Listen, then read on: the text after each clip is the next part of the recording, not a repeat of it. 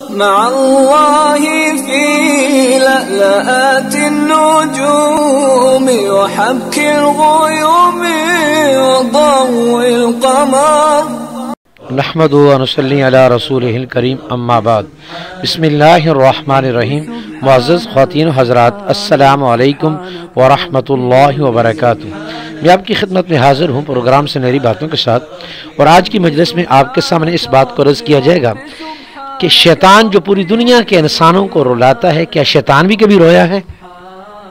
تو یاد رکھیے، ابن مخلد رحمہ اللہ فرماتے ہیں کہ شیطان 4 مرتبہ رویا ہے۔ 4 موقع ایسے ہیں کہ شیطان اپنی بدبختی پر رویا ہے۔ نمبر 1، شیطان اس وقت رویا جب اس کو اللہ نے مردود کر دیا۔ نمبر 2، جب اس کو جنت سے نکال کر زمین پر اتارا۔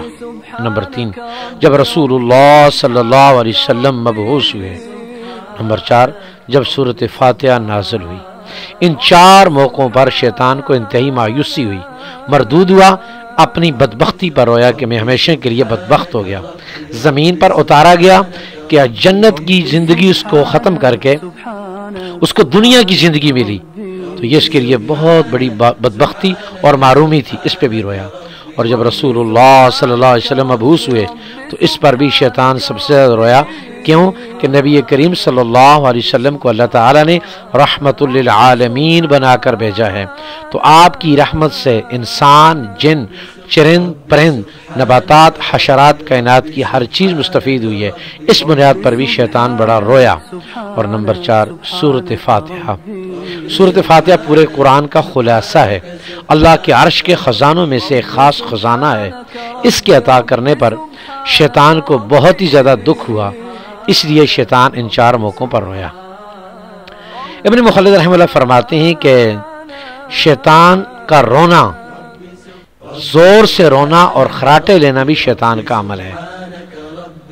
سعید بن جبیر فرماتے ہیں کہ جب شیطان کی شکل تبدیل کر دی گئی اور اس کو ملعون کر دیا گیا تو شیطان رویا، اور جب اس نے حضور صلی اللہ علیہ وسلم کو مکہ میں نماز پڑھتے دیکھا تب بھی شیطان رویا، اور جب آپ نے مکہ فتح کیا تب بھی شیطان رویا، جس سے تمام شیاطین جمع ہو گئے۔ اس نے ان سے کہا، امت محمدیہ اب شرک نہیں کر سکتی، مگر ان کو دین میں گمراہ کرتے رہو، نوحہ اور شور میں ان کو مبتلا رکھو۔ ابن عباس فرماتے ہیں جب ابلیس کو پیدا کیا گیا تو اس نے خراٹے لینے شروع کر دیے۔ اس میں ایک بات ذرا قابل وضاحت ہے کہ جو شیطان نے نبی کریم صلی اللہ علیہ وسلم نے مکہ فتح کیا تو سارے شیطان اس کے پاس جمع ہو گئے صدمے کے طور پر۔ اس موقع پر اس نے کہا تھا کہ امت محمدیہ شرک نہیں کر سکے گی۔ اس کا یہ معنی ہے کہ پیارے نبی محمد الرسول اللہ صلی اللہ علیہ وسلم نے فرمایا میری امت ساری گمراہی پہ جمع نہیں ہو سکتی، یعنی شرک کی اجتماعیت سے نفی ہے۔ انفرادی طور پر لوگ شرک کریں گے، لیکن امت اجتماعی طور پر پوری کی پوری امت مشرک نہیں ہوگی، اللہ کے غیر کی پوجا نہیں کرے گی۔ انفرادی سطح پر پہلے روز سے ہو رہا ہے، آج بھی ہو رہا ہے اور قیامت تک ہوتا رہے گا۔ اللہ رب العزت کی ذات ہمیں شیطان سے بھی محفوظ فرمائے، اللہ تعالیٰ ہم سب کو شرک سے بھی محفوظ فرمائے۔ السلام علیکم ورحمۃ اللہ وبرکاتہ۔